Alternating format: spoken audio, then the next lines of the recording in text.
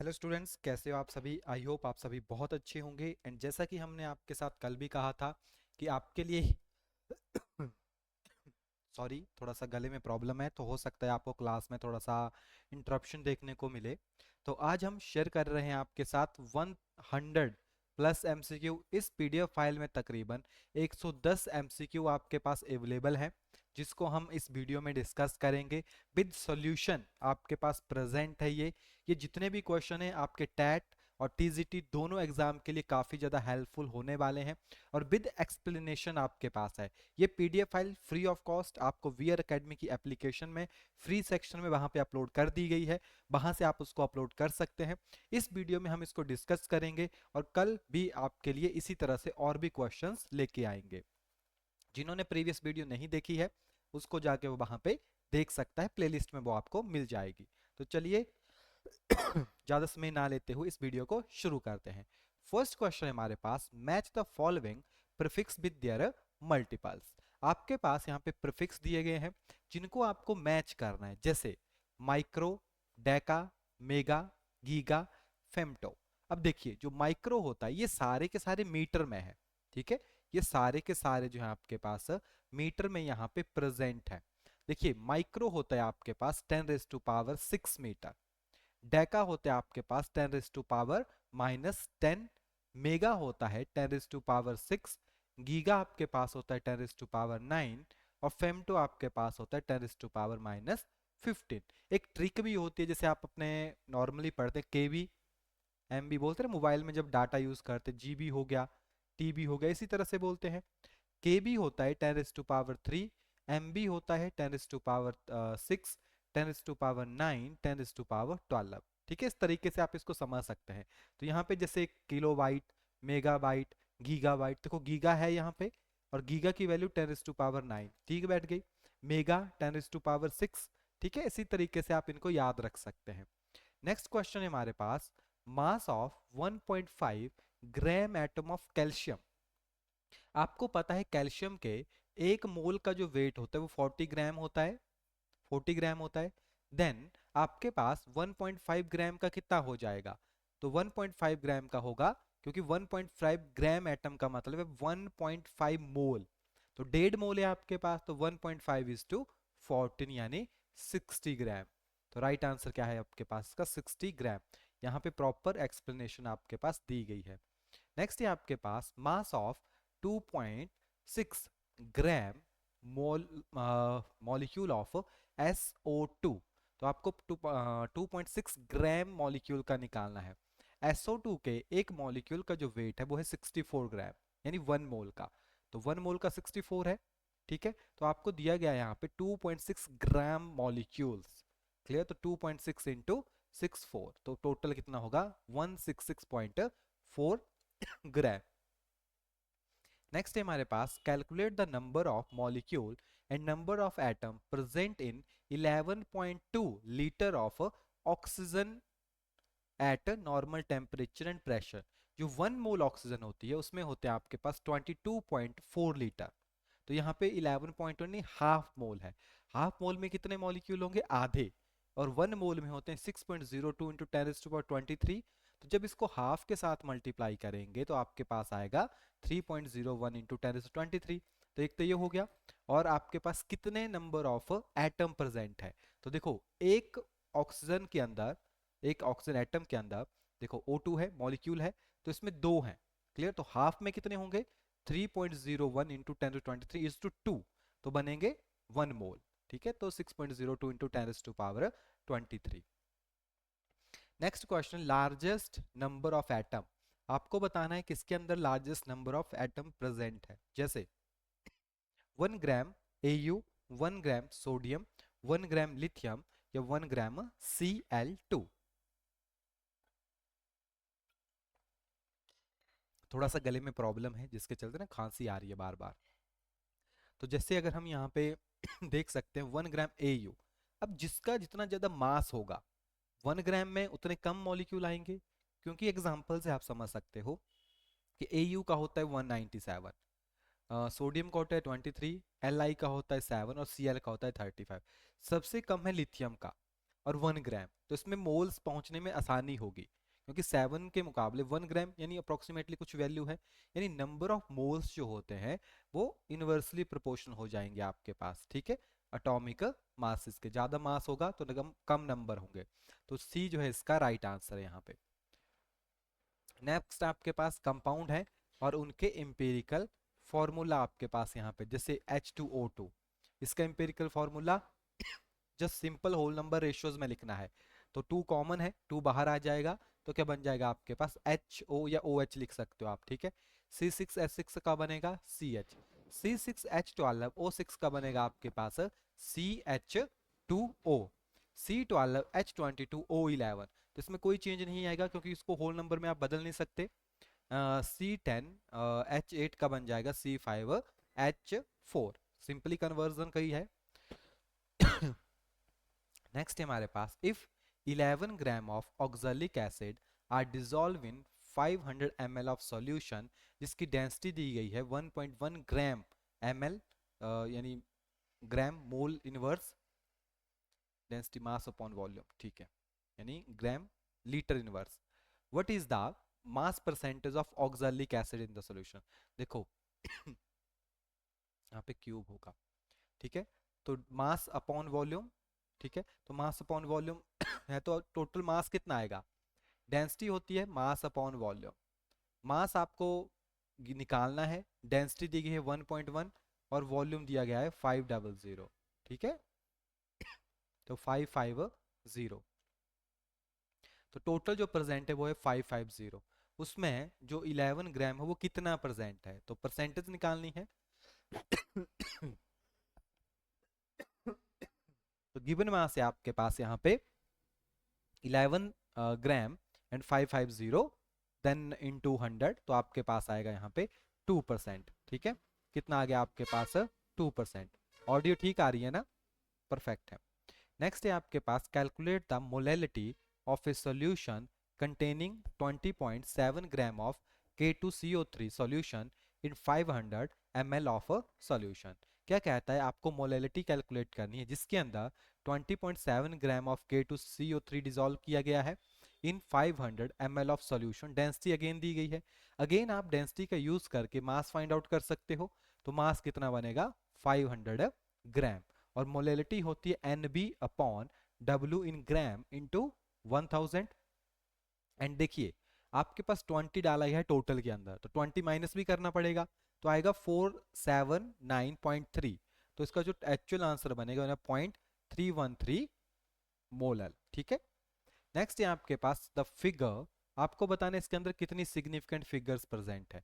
अब देखिए अगर हम बात करें पॉइंट, तो डेसिमल के आगे जितने भी सिग्निफिकेंट होते हैं वो सारे सिग्निफिकेंट होते हैं एक्सेप्ट 0, तो 0 यहाँ पे काउंट नहीं होंगे, बाकी ये सारे यहाँ पे सिग्निफिकेंट, टोटल 4 सिग्निफिकेंट फिगर जो है यहाँ पे प्रेजेंट है।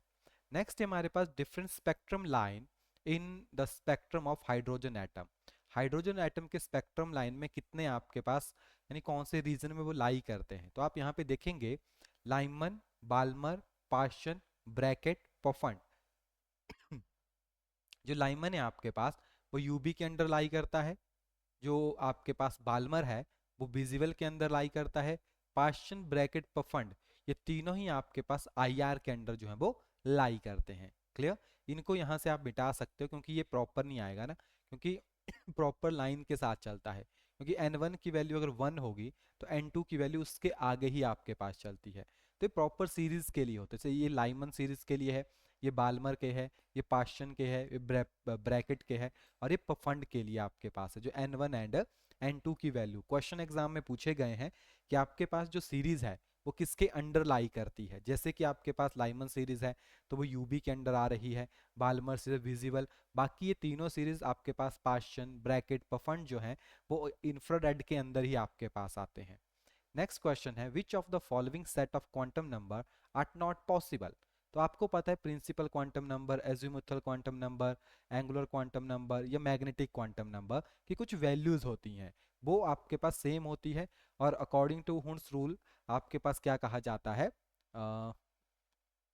हुंस रूल ऑफ मैक्सिमम मल्टीप्लिसिटी, चलो वो तो अलग रूल है ना कि इलेक्ट्रॉन पेयरिंग तब तक स्टार्ट नहीं होगी जब तक आपके पास प्रॉपरली पॉलीज एक्सक्लूसिव प्रिंसिपल, इसमें यानी एक ऑर्बिटल के अंदर दो ही इलेक्ट्रॉन आएंगे एंड जो आपके पास 4 क्वांटम नंबर है उनकी वैल्यू सेम नहीं हो सकती है। तो यहाँ पे अगर चेक भी करते, देखो एन की वैल्यू अगर जीरो हो तो एल की वैल्यू जीरो का मतलब है एस, है ना, और ये वैल्यू आपके पास जीरो है, तो कौन सा लाई नहीं करेगा ये आपसे पूछ रहा है यहाँ पे।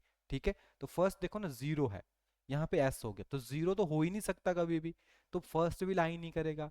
सेकंड है तो ये वन एस बना रहा है क्योंकि देखो वन और एस, और इसकी वैल्यू यानी यहाँ पे हम इसको साइड वाइज लिख सकते हैं आपके पास कि जो n की वैल्यू है वो 1 2 3 कुछ भी हो सकती है, l की वैल्यू होती है n-1, जो कि s p d f, यानी s के लिए 0, p के लिए 1, d के लिए 2 और f के लिए 3 आपके पास होती है, और ml की वैल्यू होती है -l2 प्लस l, और ms की वैल्यू होती है हाफ प्लस -1। क्लियर?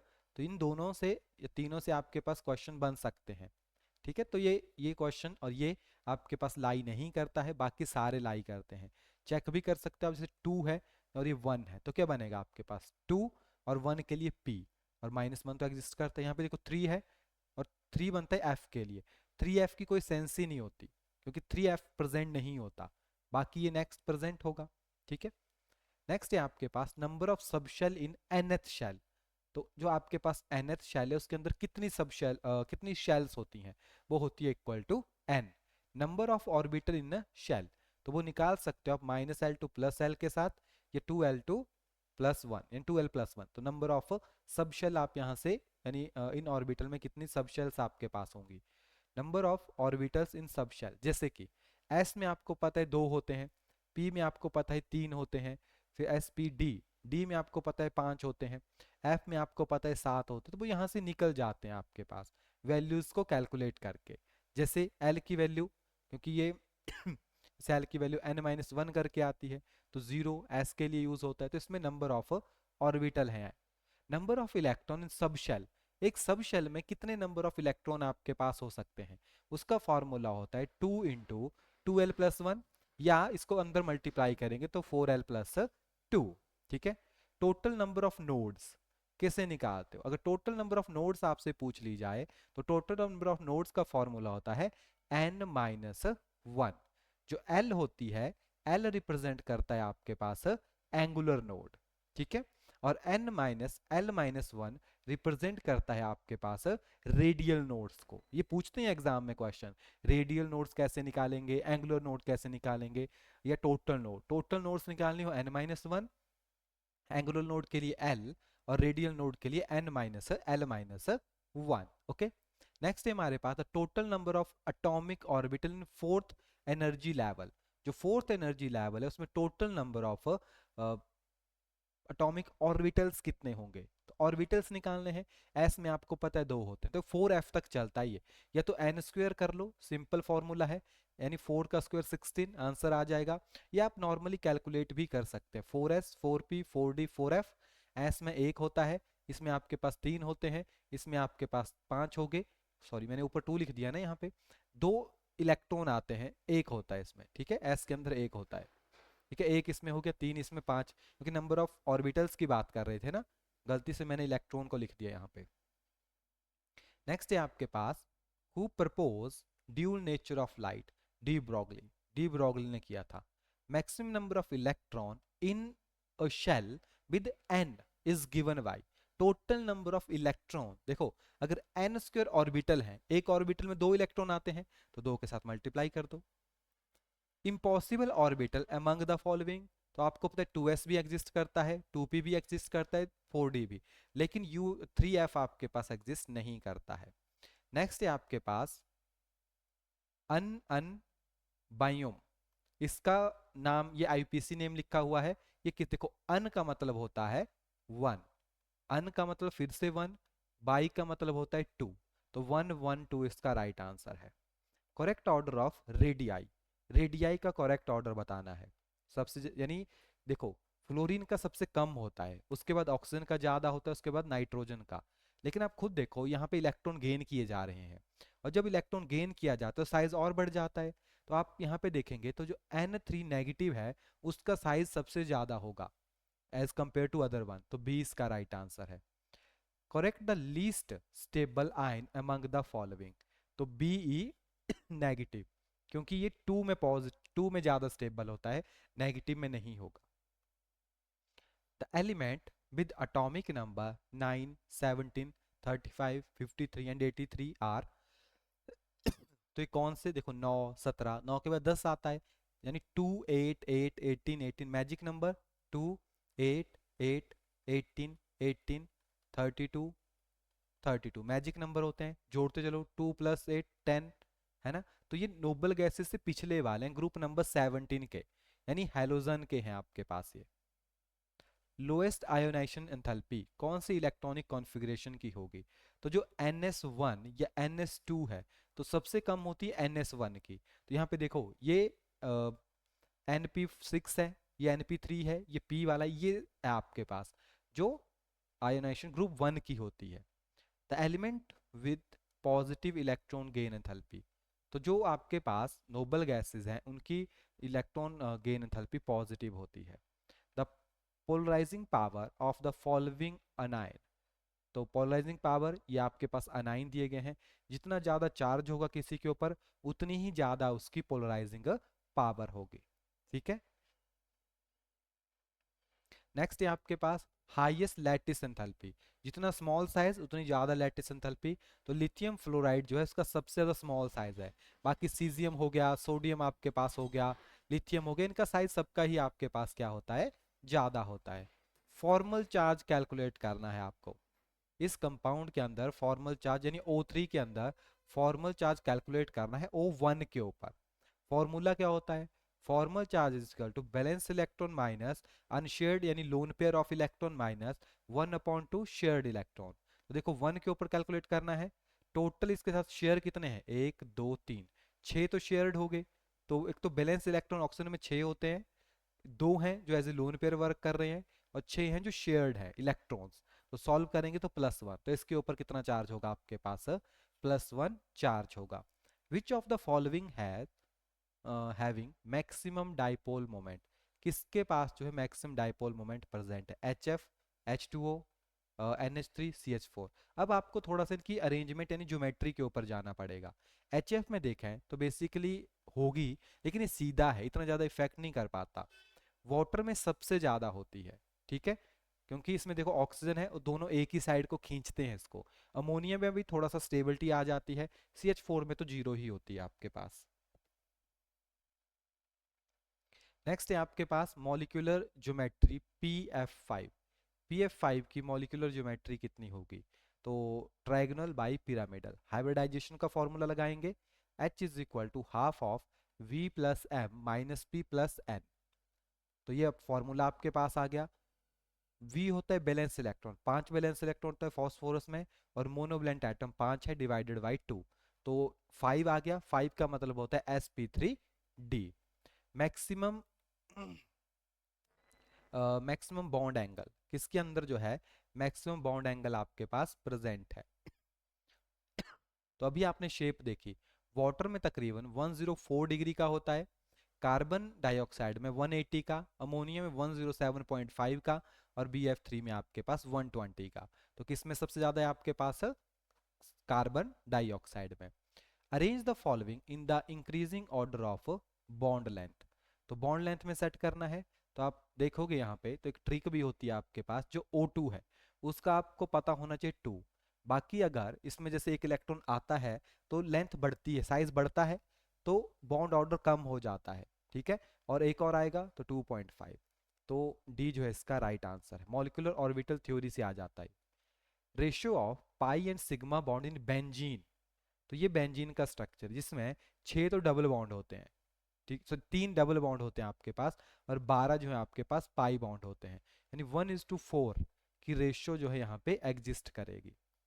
नेक्स्ट है 34, hydrogen bond is strong in, तो हाइड्रोजन बॉन्ड किस में स्ट्रॉन्ग होता है, जहाँ पे हाइड्रोजन बॉन्डिंग होगी, यानी हाइड्रोजन एटम होगा प्लस हाई इलेक्ट्रोनेगेटिव एटम, तो जो HF होता है आपके पास उसमें ज़्यादा स्ट्रॉन्ग होता है आपके पास है।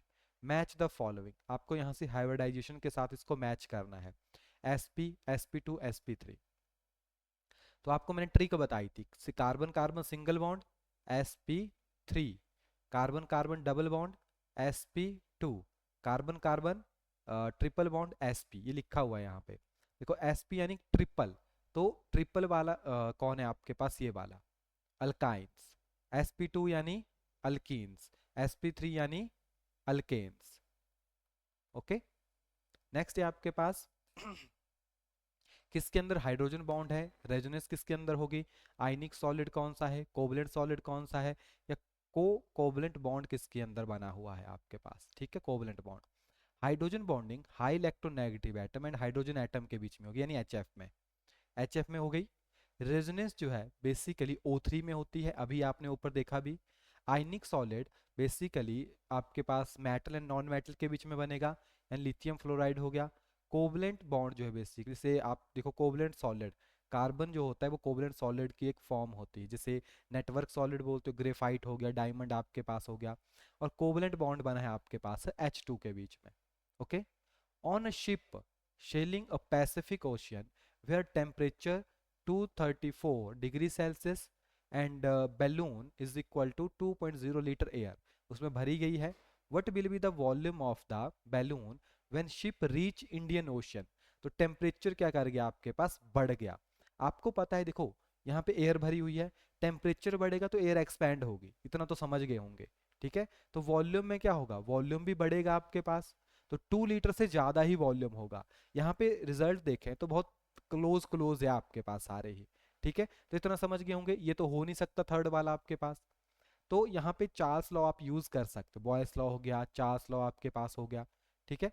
तो V1/T1 is equal to V2/T2, volume 1 temperature 1, volume 2 निकालना है, इनटू टेम्परेचर 2 इस साइड आ जाएगा, बस वैल्यू डालनी है अब आपको, और इस तरह से आपका क्वेश्चन हो जाएगा 2.018 लीटर, और ये प्रीवियस ईयर का क्वेश्चन है, एग्जाम में पूछा गया है। नेक्स्ट है आपके पास, a sample of nitrogen occupy a volume of 1 litre at a pressure of 0.5 bar at 40 degree Celsius, calculate the pressure of the gas is compressed to 0.225 ml at -6 degree Celsius, ठीक है। देखो volume दिया गया है, pressure एक निकालना है, और टेम्परेचर भी दिए गए हैं, टेम्परेचर को सेम रखना, क्लियर। और लगाएंगे यहाँ पे ideal gas equation PV is equal to NRT, और इक्वेशन हो गई। आप वीडियो को रोक के सॉल्व कर सकते हैं, ठीक है। आपके पास आंसर यहाँ पे प्रॉपरली दिया गया है 1895.6 बार।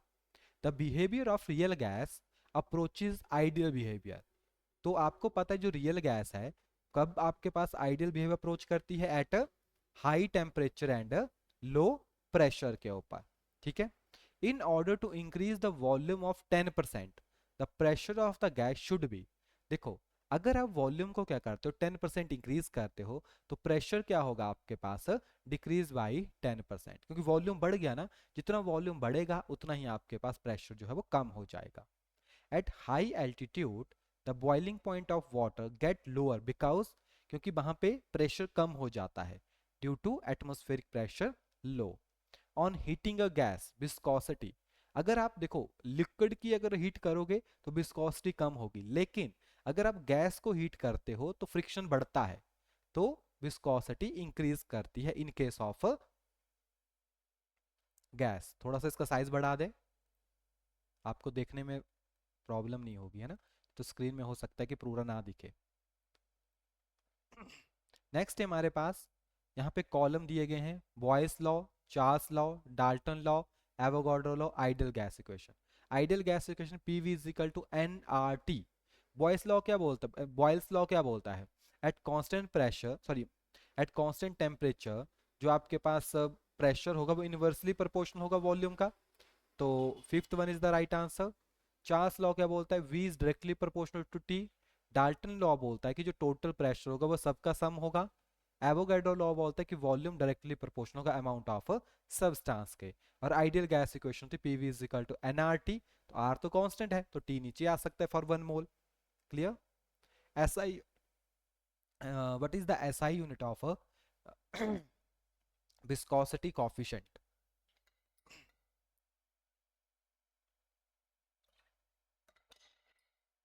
Newton second metre inverse. बाकी पॉइस और डाइन भी होते हैं आपके पास, निकाल आप इस तरह सकते हो। विस्कोसिटी होती है force is equal to eta a dB upon dx, dB upon dx यानी वेलोसिटी ग्रेडियंट। ईटा की वैल्यू निकालनी है, F is equal to dx a upon dv। Force की होगी न्यूटन, x यानी लेंथ है तो मीटर, नीचे वेलोसिटी है मीटर पर सेकंड, और आपके पास a जो है वो फोर्स अपॉन एरिया, एरिया के मीटर स्क्वायर हो गए। क्लियर? तो इसको पूरा सॉल्व करके newton second metre inverse square. For the process to occur under adiabatically condition, the correct condition is, वो होती है Q की value 0। The enthalpy of all element in their standard state, तो स्टैंडर्ड स्टेट में जो element होते हैं उनकी एंथैल्पी कितनी होती है आपके पास? 0 होती है। नेक्स्ट क्वेश्चन है, in a process 701 joule of heat is absorbed by a system and 394 joule of work is done by the system. What is the change in internal energy for the process? तो internal energy की value निकालनी है U की, तो delta U is equal to Q plus W होता है। यहाँ पे क्या करें, work done by the system, work is done by the system, तो वर्क डन नेगेटिव होता है यहाँ पे। ये ऑन द सिस्टम वर्क है और बाय द सिस्टम के लिए फॉर्मूला है, तो सेकंड वाला फॉर्मूला यूज होगा, delta U is equal to Q minus W. तो delta U is equal to 701 माइनस 394, तो आंसर क्या होगा? 307 joule. Calorification value of a food and fuel are determined by bomb calorimeter। जो बॉम्ब कैलोरीमीटर होते हैं उसकी हेल्प से हम कैलोरिफिकेशन वैल्यू को क्या कर सकते हैं? कैलकुलेट कर सकते हैं। Enthalpy of a reaction is given as, enthalpy का फॉर्मूला होता है H is equal to U plus PV। Delta H for combustion of a compound वो नेगेटिव होता है, डेल्टा H की वैल्यू कंबशन के लिए नेगेटिव होगी। For ideal gas relation between Cp and Cv, तो Mayer formula Cp minus Cv is equal to R। For a spontaneous reaction delta G should be, अगर कोई भी स्पॉन्टेनियस रिएक्शन होगा उसके लिए डेल्टा G की वैल्यू क्या होगी आपके पास? माइनस होती है। The relation delta G is equal to delta H minus T delta S was given by, ये गिब्स हेल्मोल्ट्ज इक्वेशन है। ये कौन सी? Helmholtz equation, Gibbs Helmholtz equation. Next आपके पास कॉलम 1 एंड कॉलम 2 है। पहला आता है पाथ फंक्शन, तो हीट जो है एक पाथ फंक्शन है। स्टेट फंक्शन की बात करें तो जो आपके पास इंटरनल एनर्जी है एंड जो एंट्रोपी है वो दोनों ही स्टेट फंक्शन होते हैं। इंटेंसिव प्रॉपर्टी की बात करें, हीट हो गई और specific heat, both are intensive property, और एक्सटेंसिव प्रॉपर्टी की बात करें तो इंटरनल एनर्जी एंड एंट्रोपी जो है आपके पास एक्सटेंसिव प्रॉपर्टी है। इसमें एक जो C1 कॉलम है उसमें मल्टीपल आंसर हैं उसके, ठीक है, मल्टीपल आंसर्स हैं इनके, यहाँ से वीडियो को रोक के आप इसको नोट कर सकते हैं। नेक्स्ट है आपके पास प्रोसेसेस हैं, isobaric, isothermal, adiabatic, isochoric. Isobaric process में क्या होता है? प्रेशर कांस्टेंट होता है। आइसोथर्मल में टेम्परेचर रिमेन कांस्टेंट, एडियाबैटिक में डेल्टा क्यू 0 रहता है, और आइसोकोरिक में जो वॉल्यूम है वो आपके पास 0 होता है। नेक्स्ट आपके पास एसिडिक कॉन्सेप्ट है, जैसे अरेनियस कॉन्सेप्ट। अरेनियस क्या बोलता है आपके पास? जो H पॉजिटिव देगा एक्वा सोल्यूशन में वो एसिड होगा। ब्रोंस्टेड क्या बोलता है कि जो प्रोटॉन डोनेट करेगा वो एसिड होगा। और आपके पास लेविस क्या बोलता है कि जो एक्सेप्ट करेगा इलेक्ट्रॉन वो आपके पास एसिड होगा। तो बेस कौन है? तो अरेनियस के द्वारा जो OH देगा वो बेस है, ब्रोंस्टेड के द्वारा जो प्रोटॉन को क्या करेगा आपके पास एक्सेप्ट करेगा वो आपके पास बेस है, और लुईस के द्वारा आपके पास जो इलेक्ट्रॉन पेयर को डोनेट करेगा वो आपके पास क्या होगा? लुईस बेस होगा। सिंपल से आपके पास, ठीक है। जैसे कुछ ट्रिक भी यहाँ पे रिप्रेजेंट किए गए हैं। अगर आपके पास कोई एसिड है तो उसका कॉन्जुगेटेड बेस आता है, ठीक है। अगर आपको कोई बोले कि कॉन्जुगेटेड एसिड लिखना है तो आप क्या करोगे? आप उसमें H पॉजिटिव को जोड़ दोगे, जैसे कि HNO3, अगर इसका कॉन्जुगेटेड बेस लिखना होगा तो H को निकाल दो बाहर तो बनेगा NO3 नेगेटिव। H2O तो दोनों फॉर्म में लिख सकते हो, OH भी लिख सकते हो और H3O पॉजिटिव में भी, यानी इसका एम्फोटेरिक है, आप इसका कॉन्जुगेटेड एसिड भी लिख सकते हो और आप उसका कॉन्जुगेटेड बेस भी जो है यहाँ पे लिख सकते हैं। क्लियर? नेक्स्ट है आपके पास कॉन्जुगेटेड एसिड ऑफ OH, तो एसिड लिखना है तो H जोड़ दो, water. PH of blood, blood की पीएच होती है 7.4, यानी 7.3 एंड 7.5 के बीच में वो एग्जिस्ट करता है। Name the acid present in the stomach, HCl। Next आपके पास डिफरेंट डिफरेंट फ्रूट्स लिखे हुए हैं, जैसे ऑरेंज हो गया, टोमेटो हो गया, एप्पल, ग्रेप्स, फूड प्रिजर्वेटिव और विनेगर।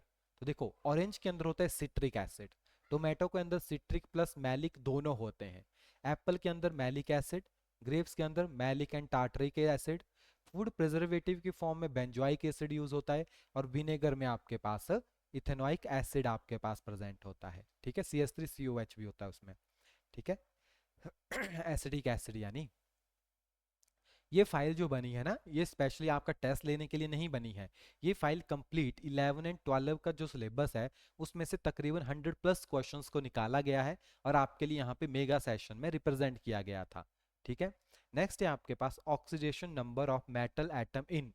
आपके पास दो कोऑर्डिनेशन कॉम्प्लेक्सेस हैं जिनके आपको ऑक्सीडेशन नंबर बताना। देखो CrH2O6 3 पॉजिटिव, H2O के ऊपर 0 होता है, तो X हो गया क्रोमियम प्लस परलिसाइड, तो इसमें कितना आ गया +3।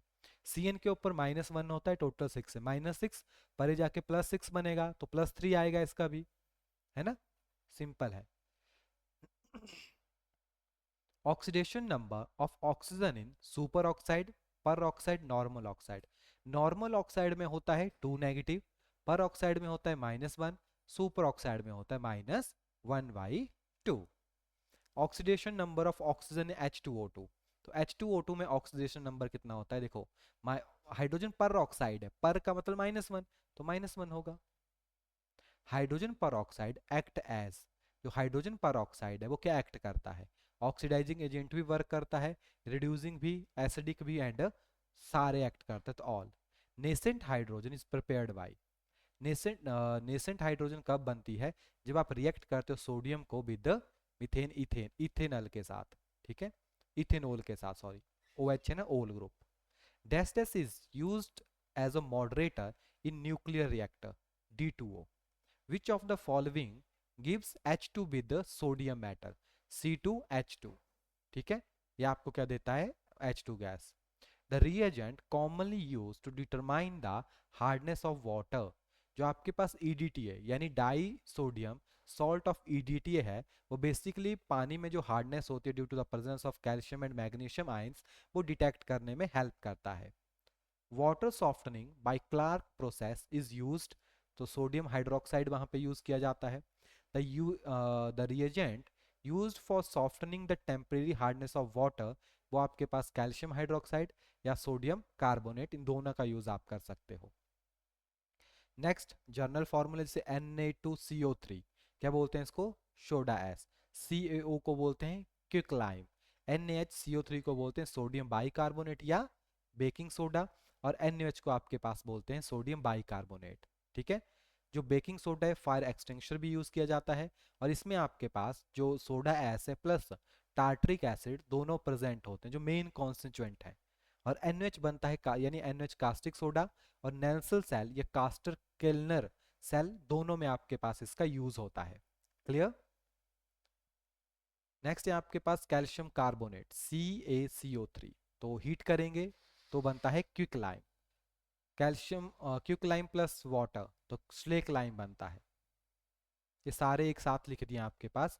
कैल्शियम हाइड्रोक्साइड प्लस O2, तो आपके पास कैल्शियम कार्बोनेट की फॉर्मेशन होती है, दो मेथड है इनको बनाने के, जो मार्बल बनता है। और कैल्शियम कार्बोनेट को HCl या H2SO4 के साथ ट्रीट करें तो कैल्शियम क्लोराइड या कैल्शियम सल्फेट आपके पास बनेंगे, जहाँ पे CO2 गैस जो है आपके पास रिलीज हो जाएगी। ठीक है, एंड अगर आप हाइड्रोक्साइड में से क्लोरीन गैस पास करते हो तो आपके पास ब्लीचिंग पाउडर बनता है। जिप्सम का फॉर्मूला होता है आपके पास Ca4 2H2O, plaster of Paris का फॉर्मूला होता है CaSO4 ½ H2O, और डेड बर्न प्लास्टर CaSO4। आप चाहें तो इस वीडियो की स्पीड को 0.5 कर सकते हैं, क्योंकि थोड़ा स्पीड ज़्यादा है हमारी पढ़ाने की, क्योंकि क्वेश्चन ज़्यादा है, तो आप 0.5 करके भी अपनी क्लास को देख सकते हैं। ठीक है, स्पीड आपको बराबर ही लगेगी।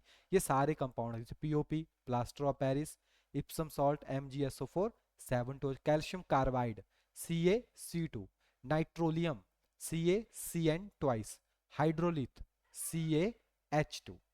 The alkaline earth matter present in chlorophyll, magnesium, photoelectric effect is maximum in, caesium में सबसे ज्यादा होता है, purest form of coal anthracite, form of carbon use in making ink and paint, तो जो इंक एंड पेंट में use होती है वो होती है आपके पास लैंप ब्लैक। ठीक है, कार्बन को अगर ट्रीट करते हैं स्टीम के साथ तो कार्बन मोनोऑक्साइड बनती है। कोरोडम इज, कोरोडम आपके पास एल्यूमिनियम का ओर है, Al2O3 ऑक्साइड फॉर्म है ये। Three centred bonded bond present in B2S6, type of hybridization in boron, boron में sp3 हाइब्रिडाइजेशन प्रेजेंट होती है। BOH थ्राइस क्या है आपके पास, एक लुइस एसिड है ये, एक्सेप्ट करेगा लोन पेयर ऑफ इलेक्ट्रॉन को। The basic unit of silicates is SiO4 negative, silicates की बेसिक यूनिट है ये। Metaboric acid HBO2 metaboric acid, silica is soluble in HF, जो सिलिका होती है वो HF में सॉल्यूबल होती है।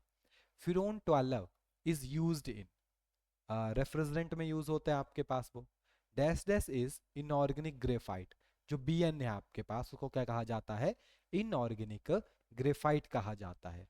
बेसिसिटी ऑफ ऑर्थोफॉस्फोरिक एसिड, तो ये ऑर्थोफॉस्फोरिक एसिड का स्ट्रक्चर है देखो, 1 2 3, 3 आपके पास रिप्लेसेबल OH है, तो 3 जो है इसकी बेसिसिटी होगी।